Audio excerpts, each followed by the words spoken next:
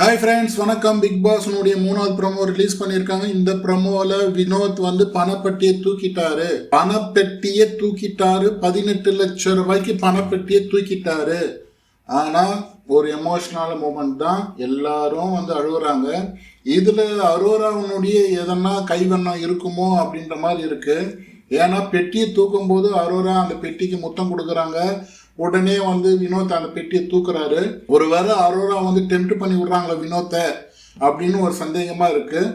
So எதுதான் என்ன இருக்கு, 18 லட்சம் ரூபாய் அவர் வின் பண்ற ஸ்டேஜில் இருக்கிறாரு. இப்போ ஓட்ஸ்லாம் பார்த்தீங்கன்னாக்கா வினோத்துக்கு தான் டாப்ல போயிட்டு இருக்கு. அர்ஜென்ட் பார்ட்டி எடுத்துட்டாரோ ஏன்னாக்கா அவர் வின் பண்ணியிருப்பாங்களோ. ஆனால் பிக் பாஸ் நம்ப முடியாதுங்க.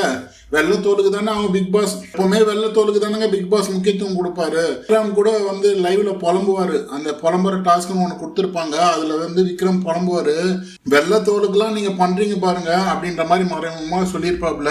அதுவும் பர்டிகுலரா அரோராக்கெல்லாம் பிக் பாஸ் பண்ணிவிட தான் செய்யல. அரோரா ஏஞ்சிருமா, நீ டாக்டர் கிட்ட போனியாமா, மாத்திரை போட்டியாமா, சாப்பிட்டியாமா, பக்காவா தெரிஞ்சது.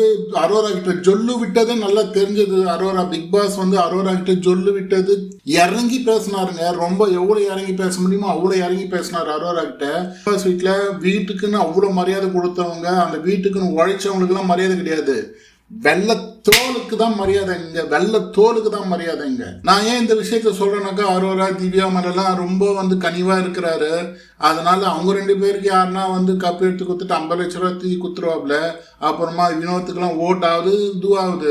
யாரு ஓட்டு அடிப்படை மூலியமா வெளியே போனாங்க, எலிமினேஷன் ஆனாங்க அப்படிலாம் கிடையாது. பிக் பாஸ்க்கு யார் வெளியே போகணும், யார் உள்ள இருக்கணும், யார் உள்ள இருந்தா நல்ல கேமு, யார் வெளியே போனாக்கா கேவலமான கேமு, இதெல்லாம் பார்த்துட்டு அவங்களுக்கு தேவையான ஆளுங்க உள்ள வச்சுக்கின்னு தேவை பிடிக்காத ஆளெல்லாம் தூக்கி போட்டுக்கின்னு இப்படி தானே இந்த கேம் போயிட்டு இருக்கு. பர்டிகுலரா மக்கள் போடுற ஓட்டு மூலியமா வெளியே போறாங்களா?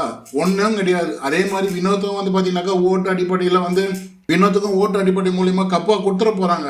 அப்படி கொடுத்தாங்கன்னா சந்தோஷம். அதுக்குண்டான சூழ்நிலை அமையாம போயிடுச்சு. அப்படி இருந்து சப்போஸ் அவர் கப்பு கொடுக்காம வெள்ளத்தோல் கொடுத்துட்டாங்கன்னா என்ன பண்ண முடியும்? ஸோ மக்களே, வினோத்துக்கும் பார்த்தீங்கன்னாக்கா ஒன் ஆஃப் த 50 lakhsல 18 லட்சம் ரூபானாக்கா 3ல் ஒரு பாகம், 4ல் ஒரு பாகம் கூட இல்லை, 3ல் ஒரு பாகம் தூக்கிட்டாப்ல. சந்தோஷம்தான். 18 லட்சம் அவருக்கு இப்போ அப்படி இப்படின்னு பார்த்தீங்கன்னா ஒரு 25-30 லட்சம் ரூபா சேர்ந்துட்டு இருக்கோம் மொத்தம் ஓவராலாக கேஷு. ஸோ எல்லாமே ஒரு சென்டிமெண்ட் ஆகுறாங்க.